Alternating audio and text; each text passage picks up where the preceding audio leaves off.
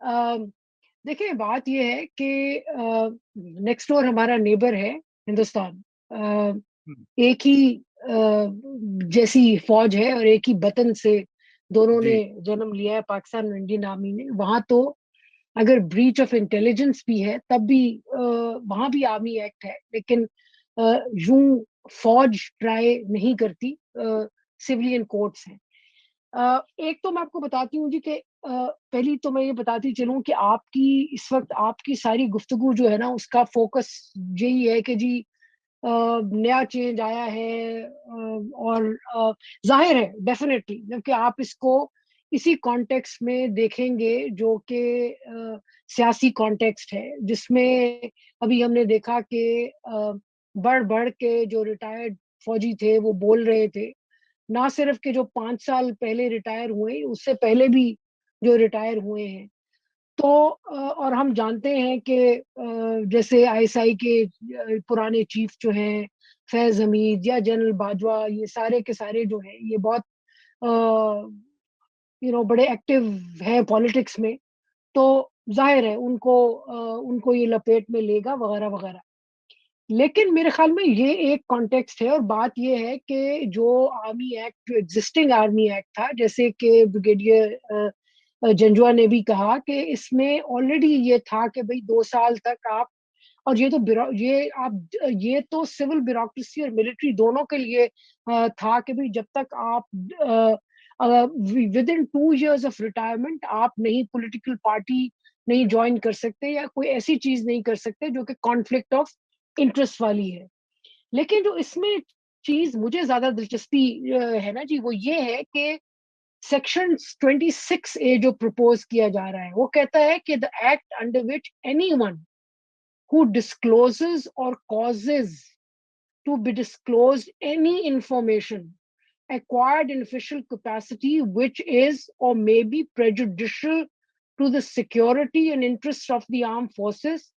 पहला आपका पॉइंट था रिगार्डिंग डिबेट, जी तो आई टेंड टू एग्री कि डिबेट तो बाहर दौर होनी चाहिए, because any legislation should not be rush through, और उसको डिटेल्ड थॉरो डिबेट 1-2 दिन और लग जाते हैं, कोई फर्क नहीं पड़ता, और सबको ऑब्जर्वेशन आ जाती हैं, एंड अल्टीमेटली तो जिसकी मेजोरिटी है वो तो पास होना ही है। बट द कंसर्न जो होता है कि ये इम्प्रेशन होता है कि it is being rushed through, ये नहीं होना चाहिए।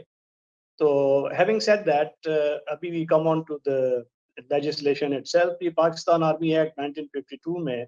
कुछ अमेंडमेंट्स हुई हैं, and let me tell you कि बहुत सी इसमें ऐसी चीज़ें हैं जो एज अ कन्वेंशन और as a tradition with GHQ, वो कुछ हद तक उस पर ऑलरेडी अमल हो रहा था। फॉर एग्जांपल, ये 2 साल की जो मुद्दत है रिटायरमेंट के बाद, उसके बाद आप किसी भी पॉलिटिकल एक्टिविटी या कोई गवर्नमेंट जॉब भी उस तरीके से आप पॉलिटिकल ओहदा नहीं ले सकते। तो मगर इसको इस लेजिस्लेशन के जरिए बहुत स्पेसिफिक कर दिया गया है। तो 26A जिसमें रेगरस इम्प्रिजनमेंट है 5 years की, एसेंशली वो तो उस ऑफेंस पे है कि आपने कोई ऑफिशियल कैपेसिटी में जो आपके पास इंफॉर्मेशन थी तो वो बाहर जाके शेयर की, मीडिया पे शेयर कर दी या किसी और जरिए से किसी के साथ शेयर किया, तो दैट इज नॉट अलाउड। तो उसमें ये अभी स्पेसिफिकली ये ऐड किया गया है। तो इस हद तक तो मैं इसे एग्री करता हूँ कि दिस इज ओके। इसका दूसरा क्लॉज ये भी है कि इसको सेक्शन 59 जो है उसके साथ, जिसमें सिविल ऑफेंसेस भी ट्राई होते हैं, उसके साथ ऑफिशियल सीक्रेट एक्ट को मर्ज करके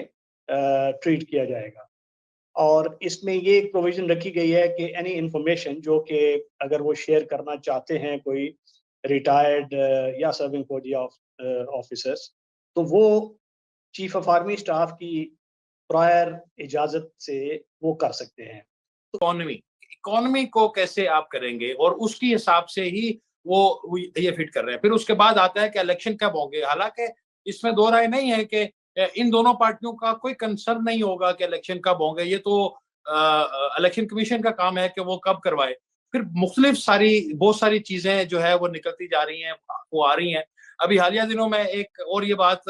وہ اس کی قومی جو وہ میڈیا ہے اس کی زینت بنی کہ شاید دبئی میں زرداری صاحب اور میاں نواز شریف صاحب کے درمیان کوئی ملاقات ہوئی ہے اور اس میں کوئی ڈیڈ لاک ہے. میں نے بہت سارے لوگوں کو چیک کیا ہے, کسی بندے نے بھی یہ کنفرم نہیں کیا کہ وہاں پہ یہ ملاقات ہوئی ہے, بلکہ پیپلز پارٹی کی ایک بڑی شخصیت نے یہ بتایا کہ چونکہ وہاں پہ ایک ہی دن دونوں وہاں موجود تھے تو لوگوں نے قیاس کر لیا کہ شاید وہاں پہ ملاقات ہوئی ہے, وہاں ملاقات نہیں ہوئی. ہاں, ایک ملاقات جو دونوں جماعتوں نے اپنی 3 رکنی کمیٹی بنائی ہوئی ہے اس کی کل ملاقات ہوئی ہے اسپیکر قومی اسمبلی کے پاس, اور انیشیلی جو ایک روڈ میپ ہے وہ جو ہے وہ ڈسکس ہوا ہے, اور اس کے ابھی دوبارہ اس کا جو ہے وہ میٹنگ ہوگی, سارا کچھ ہوگا. لیکن ایک چیز ہم بڑی وثوق سے کہہ سکتے ہیں, ابھی یہ تو کوئی نہیں کہہ سکتا کہ کون بنے گا یا ہما جو ہے نگران حکومت کا وہ کس کے سر کے اوپر بیٹھے گا, لیکن یہ چیز جو لوگ ان مذاکرات میں شامل ہیں, جن کو ان دماغوں کے قریب ہیں جہاں یہ فیصلے ہوتے ہیں, وہ یہ بات کہہ رہے ہیں کہ ایک کوئی سرپرائز بھی آ سکتا ہے کہ کوئی سیاستدان نہ ہو, کسی کا ٹلٹ کسی طرف نہ ہو, البتہ وہ ماہر